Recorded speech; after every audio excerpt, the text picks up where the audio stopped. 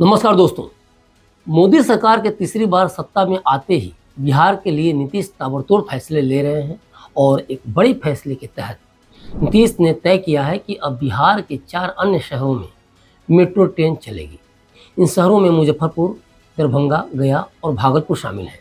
लेकिन इन सब के बावजूद ये सवाल उठता है कि पटना के बाद जिन शहरों में मेट्रो ट्रेन शुरू करने की योजना है, क्या उन शहरों में ईमानदार सर्वे होंगे कि वहाँ कितना ट्रैफिक है और कितना जनसंख्या है जो रोज़ ट्रैवल करती है। ईमानदार सर्वे की बात हमारी चिंता से निकल कर आ रही है।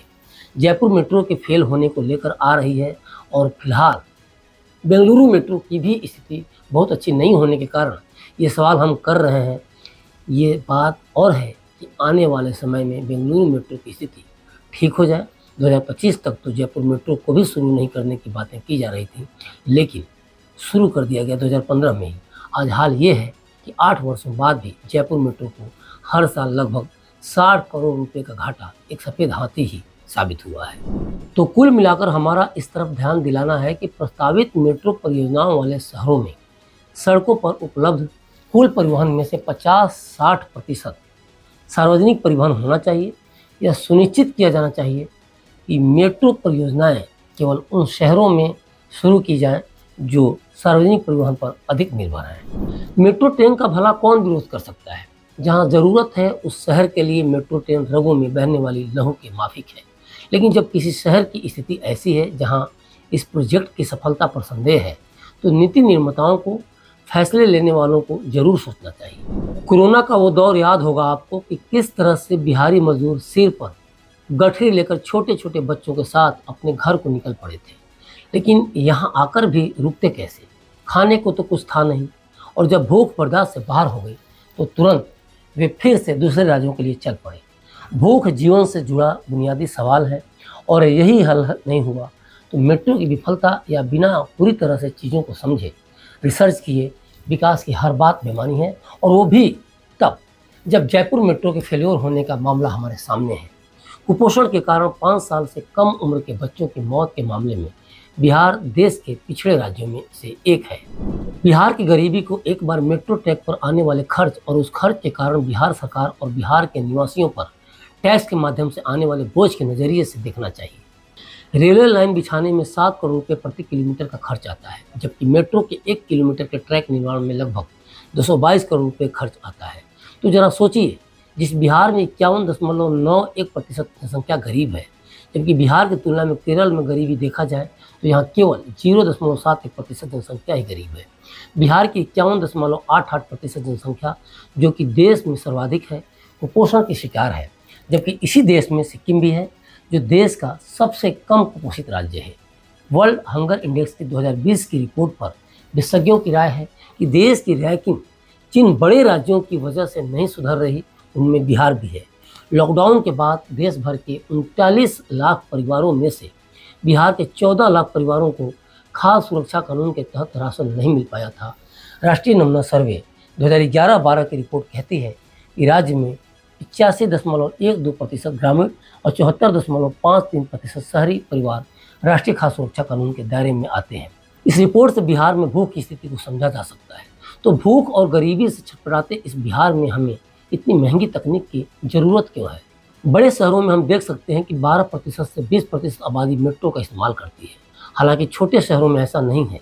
इसलिए नियमित अंतराल पर सरकार किसी न किसी शहर में मेट्रो रेल शुरू करने की घोषणा करती है और इसे एक बड़ी उपलब्धि के रूप में पेश करती है। भारत के सभी महानगरों में यात्रियों की संख्या अनुमान से काफ़ी कम है। दिल्ली में 47%, मुंबई और कोलकाता में 30% एवं बेंगलुरु में सिर्फ 6%। मुंबई, दिल्ली या बेंगलुरु जैसे बड़े शहरों के लिए आपको मेट्रो प्रणाली की आवश्यकता है, क्योंकि लगभग 15% आबादी काम के लिए बहुत लंबी दूरी तय करती है। ज़रूरत है नीति निर्माताओं और निर्णयकर्ताओं को यह देखने की कि बिहार के शहरों के लिए किस तरह के परिवहन की आवश्यकता है। इसमें यह भी देखने की ज़रूरत है कि बिहार के अन्य जिलों के आंकड़े क्या कहते हैं, लोगों की आय क्या है, ट्रांसपोर्ट सिस्टम क्या है और कैसा है उस शहर का, वहाँ के निवासियों की यात्रा पैटर्न क्या है, इस शहर के रोजगार या व्यवसाय या अन्य आर्थिक गतिविधियों में वे सक्रिय हैं। मेट्रो का जाल हम पूरे शहर में नहीं बिछा सकते, तो अगर कोई मेट्रो की सवारी करता भी है, अपना पॉकेट ढीला करता भी है, तो जरूरी नहीं कि वो घर से ऑफिस तक मेट्रो से पहुंच जाए और उसे अन्य ट्रांसपोर्ट सिस्टम की ज़रूरत न पड़े। हम अगर इंटीग्रेटेड ट्रांसपोर्ट सिस्टम पर फोकस करें तो यह बेहतर फैसला हो सकता है। छोटे शहरों में हम मेट्रो का यूज कम देखते हैं, जबकि बड़े शहरों में कुल जनसंख्या का 12 से 20% लोग मेट्रो का उपयोग करते हैं, जैसा कि हमने पहले ही बताया है। हम जब भी मेट्रो के लिए घर से निकलते हैं तो या तो पैदल जाकर ऑटो या टैक्सी या बस वगैरह लेना पड़ता है हमें, या फिर हम मेट्रो तक पहुंचते हैं और उसके बाद जब मेट्रो गंतव्य तक पहुंच जाती है तो फिर वही प्रोसेस बस, ऑटो या रिक्शा। और अगर छोटे शहरों में 5-6 किलोमीटर जाना होता है तो आप समझ सकते हैं कि इतनी दूरी के लिए कितना समय और कितने पैसे लग जाएंगे। और इसीलिए छोटे शहरों में लोग मेट्रो प्रीफर नहीं करते। जब लोग लंबी दूरी यात्रा नहीं कर रहे हैं तो आपको वहाँ मेट्रो प्रणाली की आवश्यकता क्यों है? हमें स्वस्थ और टिकाऊ शहर बनाने की ज़रूरत है, न कि अनेक ट्रांसपोर्ट सिस्टम्स वाले शहर बनाने की। अब इस खबर का ताज़ा अपडेट ये है कि बिहार कैबिनेट की स्वीकृति के बाद अब चारों शहरों में मेट्रो रेल की फिजिबिलिटी रिपोर्ट तैयार की जाएगी। उसके बाद डीपीआर निर्माण का काम किया जाएगा। फिजिबिलिटी रिपोर्ट और डीपीआर का निर्माण किसी एजेंसी के माध्यम से कराया जाएगा। सबसे पहले चारों शहरों का मेट्रो रेल कॉरपोरेशन का गठन किया जाएगा।